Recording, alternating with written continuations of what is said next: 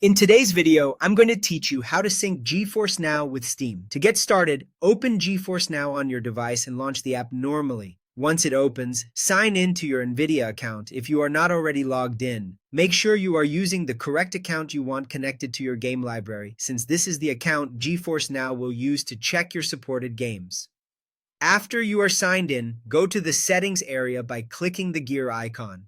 This is where GeForce Now lets you manage account options and connected services. Inside Settings, look for the Connections section and open it. In this menu, you should see different platforms that can be linked to GeForce Now. Find Steam in the list because that is the service we want to sync today. Before the sync can work properly, your Steam privacy settings need to be set correctly.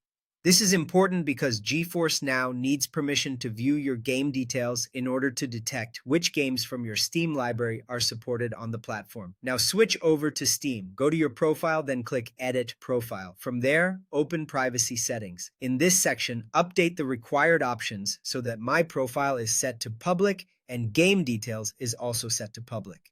These settings allow GeForce Now to read the necessary information from your Steam account. If either of these is set to private, your library may not sync correctly or supported games may not appear. Once those privacy settings have been updated, return to GeForce Now. Go back to the Steam connection area and click Resync. At this point, GeForce Now will begin checking your Steam library and matching it with games that are available to stream. Give it a little time to finish. The sync may be quick, but depending on your account, it can take a moment for everything to update.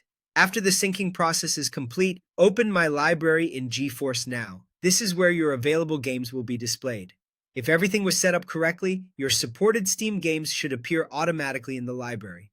If you do not see your games right away, give the app a moment to refresh and make sure your Steam privacy settings are still public.